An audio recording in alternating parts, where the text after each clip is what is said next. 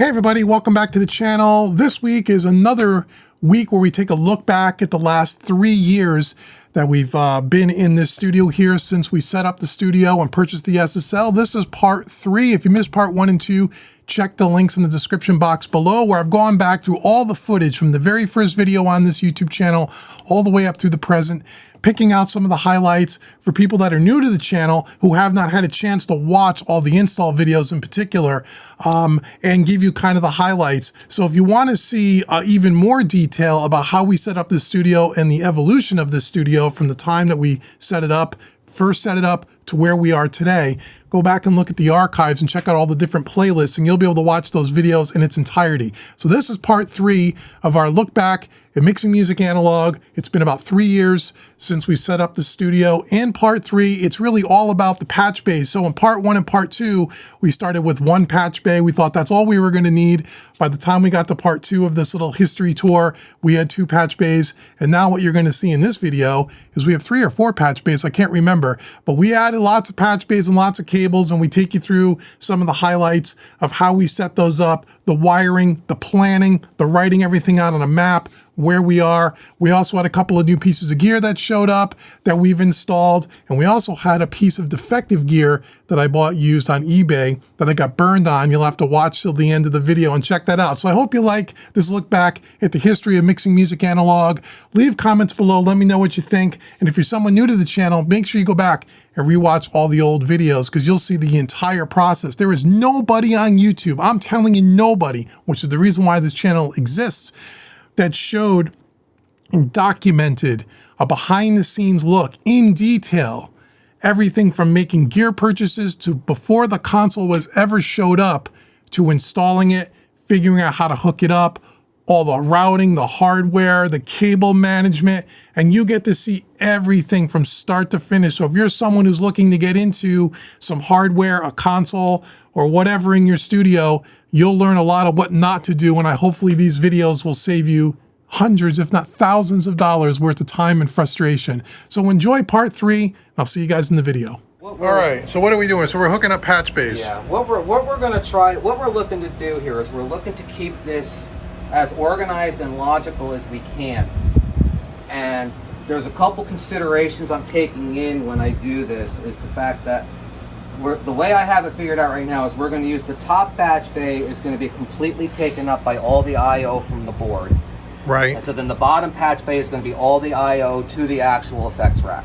Okay. The considerations on this side are I want to minimize or completely eliminate any points where a cable comes out of one end and crosses all the way over to the other. Okay. I mean, I want it to kind of flow off the top into the bottom in as much of a straight line as I can.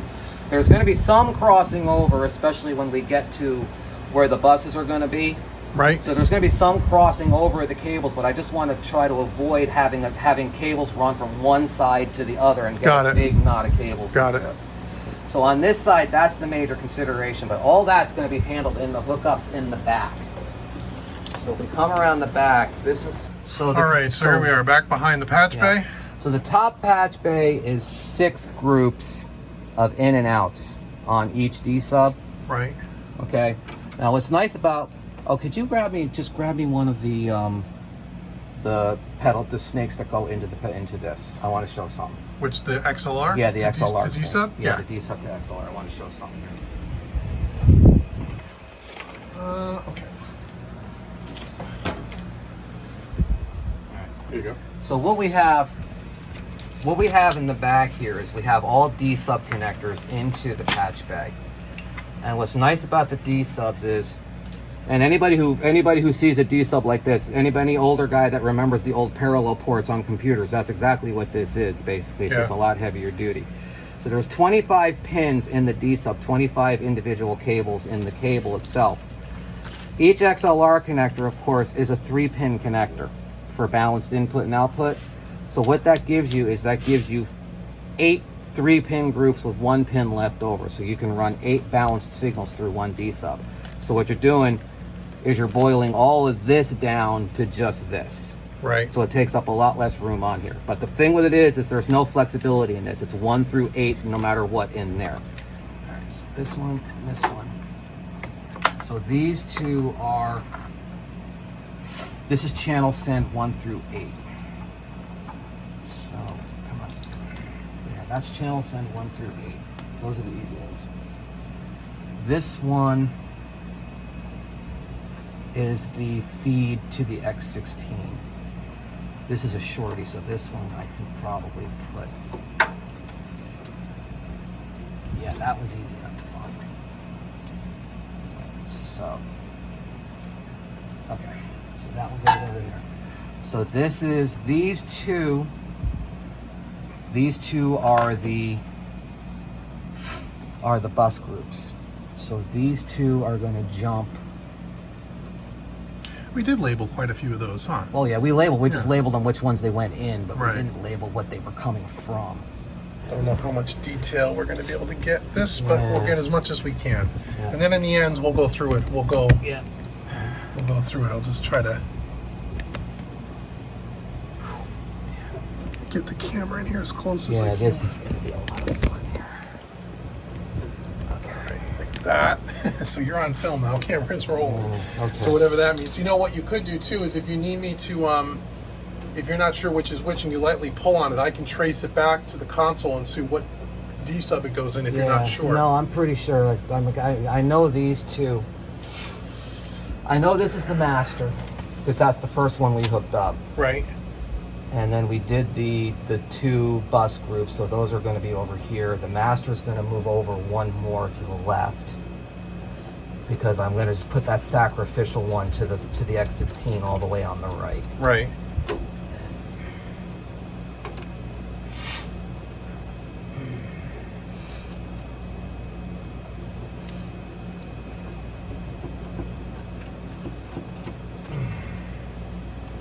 And then we got the two aux.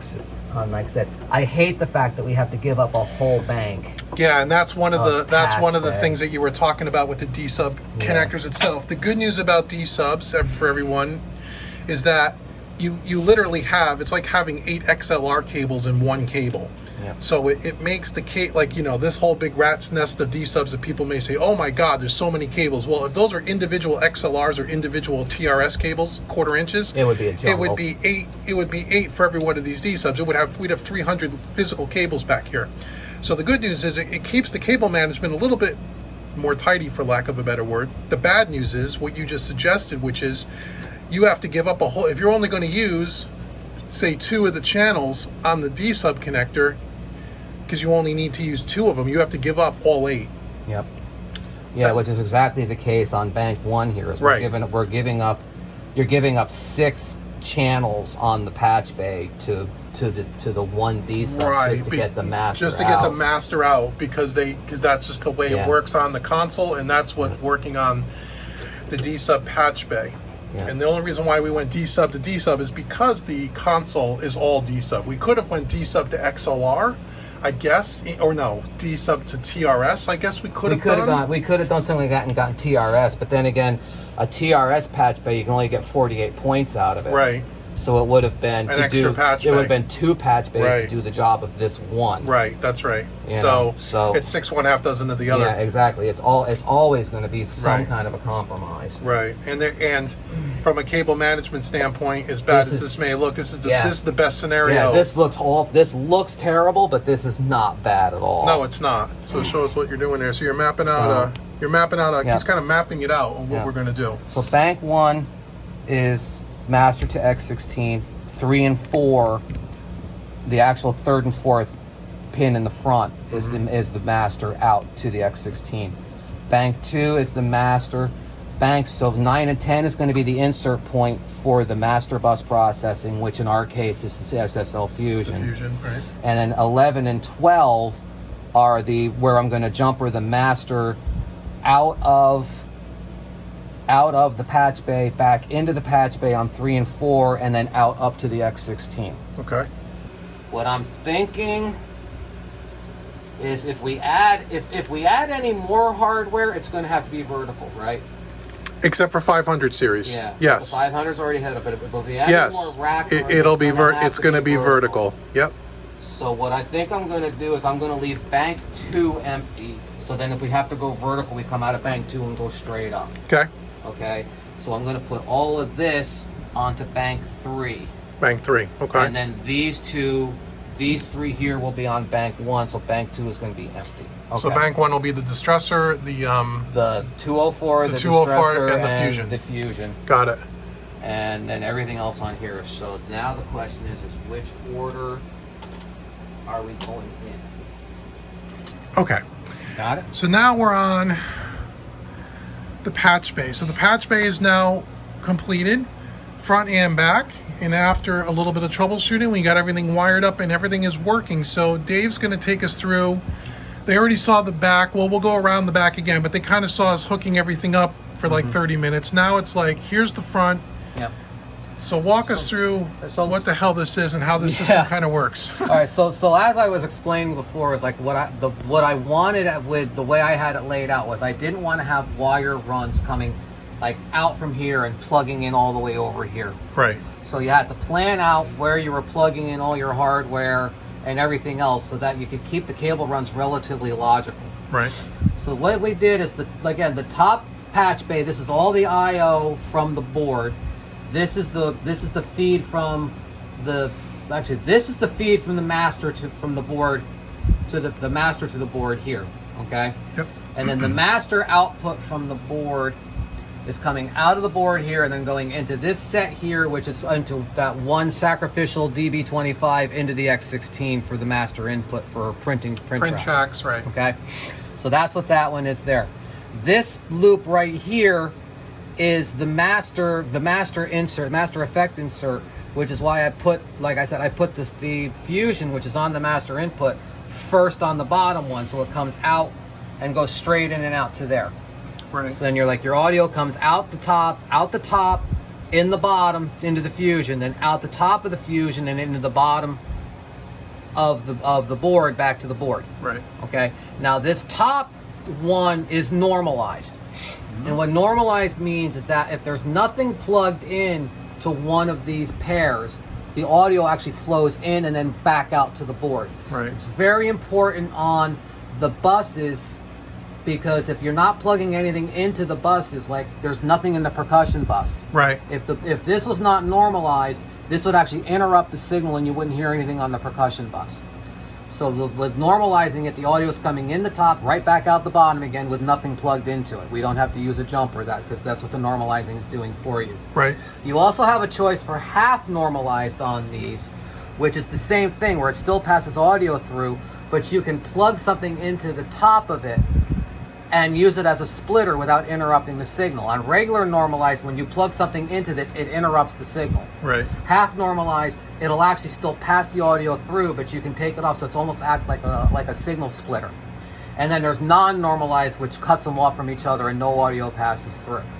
So the top one is all normalized, and they said it's organized so that the cable runs are as short as possible to the hardware, which is, like I said, the hardware is all plugged in order so that it's basically in the same order that it's coming out the top into the bottom, with a few exceptions. The worst offender is the vocal bus here, because the vocal bus is number 7 on the board, so that's down here 37, 38 on the patch bay. But the distressor that the vocal's running through is on this one, on this rack, which is on this set here. So it had to jump from here over to here and then back again. That's the longest. That's Right. the longest jump we had to make. Yep. Which is tolerable. Like I said, I just didn't want to jump all the way across in multiple times. So it's relatively neat. Yep. And that again, way. it all stays patched. We're not. This Yep. is everything is hard patched, for lack of a better word, right? Yeah. So Yeah. We're not going to keep repatching things. We've basically decided what goes on each bus, and it's patched in and it's done. it's done. So, like I said, it's always a possibility that at some point in time you may want to say, hey, let's try the LA2A vocal, which is simply a matter then of just pulling the vocal patch and plugging it into the LA2A slot. Right. And so on and so forth. But like that's something that we'll try in it as experimental. Right. The one thing we did not accomplish today, though, was the auxiliary sends. That's right. We tried the auxiliary sends, but for some reason or other, we're not feeding audio into the lexicon to find out if it's actually working. We're not sure how that's working yet. We have to talk to SSL and see how exactly this is supposed to function, because it's not functioning right now. Right. And for that matter, we're getting we're actually, the auxiliary sends are actually taking over the audio on the board. I'm not sure why that's happening either, so we have to figure all of that out. But as far as the patch bays are concerned, they are completed now. Everything is all plugged into it. We just have to figure out how to work the auxiliary, so we don't have anything plugged into the auxiliaries at this point in time. But like I said, at this point, like we've got the XL305 is on the kick and snare, the distressor is on the vocal bus, the Fusion is on the master bus, and then over here we've got the ART Trans-Y is on the electric guitar bus, the FG, what is that? NG bus compressor, West Audio. Yep. Yeah, that's on the drum bus. The Dione is on the keyboard bus. Yep. And the LA2A is on the bass bus. Right. And we're going to leave all of them hard patched as they are now. For now. Yeah. The next battle is going to be gain matching all of this stuff.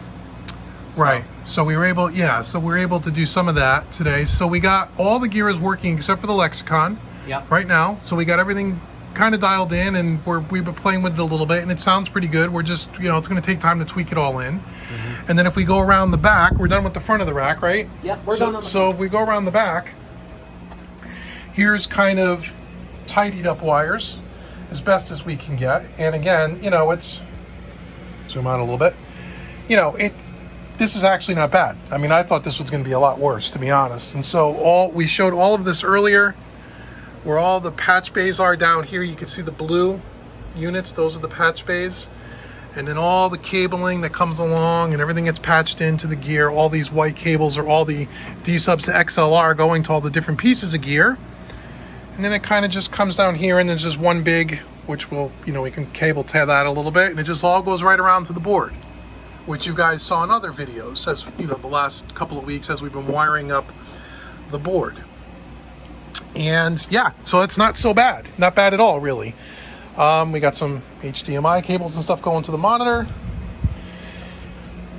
And that's what we're looking like as far as our cable management for now. The good news is you don't see any of that from the front. Morning. Morning.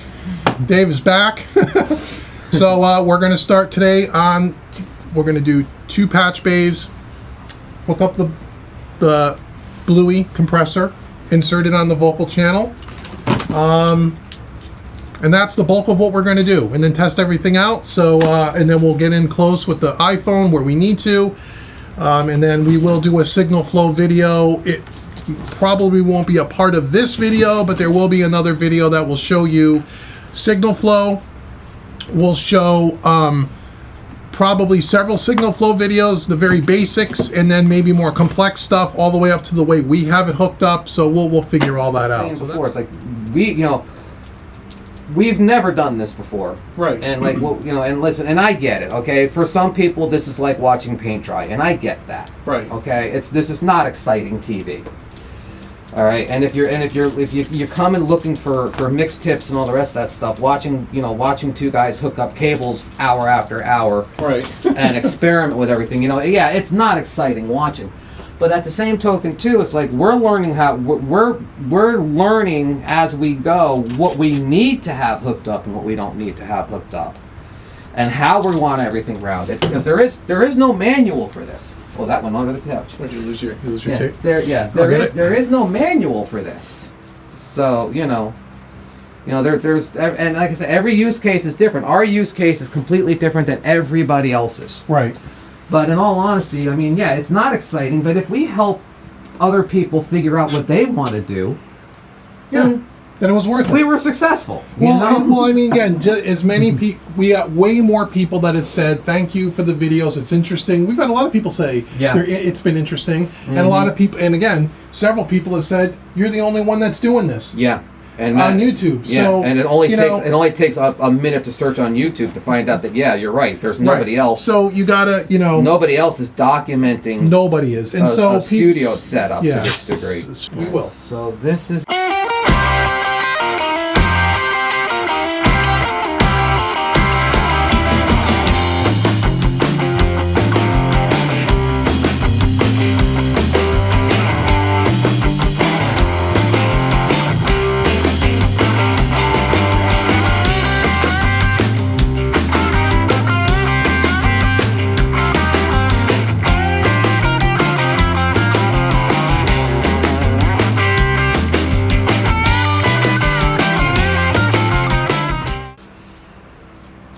Because when we started this, neither one of us thought it was going to get this big this fast. No, well, you know what? I didn't.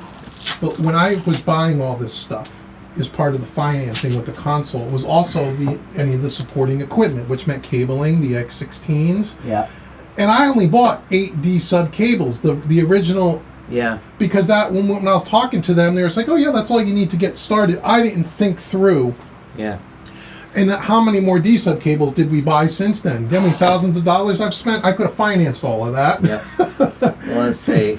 But I mean, I guess the good news is it's all paid for now, so I don't have to worry about paying interest on it. But yeah. Even so, I mean, you don't realize how much. You know, if you're going to do something like this, it's nuts. Don't go in underfunded. Yeah, That's and also don't short yourself materials. No. So it's like 1, 2, 3, 4. Well, again, 5, 6. I think the helpful part of these videos, 10, even for 12, even though they're a little bit 18. A little bit long in the tooth to watch, is that if you want to do something like this, you're going to get a real feel for what you really need up front. Yeah. Or at least you'll know enough to ask the questions and not make the mistake that I made. We're done. We got them all. We got them all. That's everything? That's everything. We're done. That's all of it. Look at that. So when you do things one at a time, one unit at a time, we got it all working. So everything has been patched properly. What else? Is that it? Oh, the reverb. We're going to play with that next. So now we're going to play with the reverb on the aux ends, and we're going to do that. So so far now, all of the hardware minus the reverb unit is all patched in properly on the front. Yep. We checked each one on the board. It seems to be working. So now we're on to working on the reverb. One bus. So what you're doing now is you're testing the Lexicon. Yeah. We want to make sure the Lexicon unit actually works, because the last time we did some funky things with some connectors and adapters because we didn't have the right cabling, and we couldn't get things to work when it should have worked, and we thought maybe it was the cable, so we got the proper cabling without all the crazy adapters. So now we want to make sure that the actual unit actually works. We think it does. It powers on. Yeah, it turns on, but it doesn't make any noise. It doesn't make any noise. At least it didn't when we were hooking it up to the aux ends. So what we're going to do is we're going to stick it on, because we already tested Guitar Bus 1. We know Guitar Bus 1 is working. Yep. So we're going to put the Lexicon on the acoustic guitar. Just to see if we get some reverb. Just to see if we get reverb out of it. Well, that makes sense. And then we'll know if we have a good unit or not. So we are all hooked up to on guitar 1. one. Okay, let me get us over to some acoustic guitars. So yeah, Bank 3, 17, and 18. So I'm gonna just solo up the bus, turn up a little volume. And let's do this. I don't hear anything on guitar 1. Okay, am I? Yeah, because that's routed into the Lexicon. Okay. So is there a volume or something on that unit, or an output? Let's see what this thing is doing.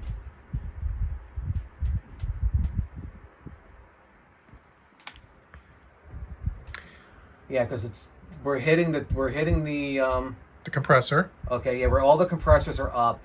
Are you soloing guitar 1 right now? On the bus I am. You're soloing guitar 1 bus. Okay, so I can take it out. all right, so okay, now I'm just soloing up the 2 acoustics. So let me see here. In theory, this should work. All right, so I got wet and dry, so I'm gonna go dry. Let me just. I don't think we have a good Lexicon. I think we have a dead unit. You think so? I think it's possible. Let me just see if I have them flipped. This is dangerous, but I'm going to do it anyway. I'll just turn down the volume. Go ahead. Yeah. I'm going to make sure I don't have the input and output flipped. All right, now let's hear it. Okay, nothing. I think we have a dead unit. Yeah, I think we have a dead unit. I hate to tell you that. Now that's a 1/4 inch input, right? Yeah, it's quarters. So what if I got a reverb guitar pedal and we pulled it out of the back of the Lexicon and plugged it into that reverb guitar pedal? Would that give us reverb to see that we know the connections are right? You know what I'm saying? Let me think about that. Yeah, I think we have a dead unit. So if we pulled out of the back of the Lexicon, yeah, even though that Lexicon, is that a mono unit? It's stereo. It's stereo. Yeah. But if we just pulled one side out. Yeah, it has left is mono. So if we pull the left mono out of it. And put into a reverb, you know, insert it into a reverb pedal. Into a reverb pedal. Yeah, do that. That way we know that we got the send right. Okay. So I am routed correctly. Lexicon 7 in mono. Out mono. We should have reverb. On what? On the snare? On the snare. There should be reverb on the snare through the Lexicon, and it's getting nothing. It is getting nothing. It's getting absolutely nothing.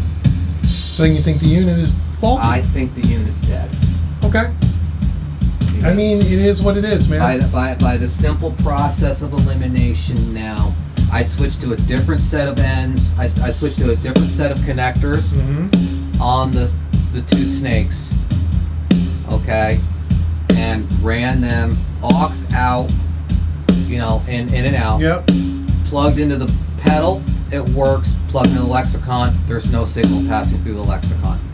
So by simple process of elimination, at that point in time, the Lexicon unit is dead. Okay. Because I went through the manual and everything is. I was gonna say you looked at Yeah, everything is set correctly on the Lexicon now. That we should be getting a cascaded room and plate reverb. Something working. Right. Yeah, there at the way I have it set, there should have been a cascaded room and plate reverb on that stereo or mono return, even when I didn't care. Right.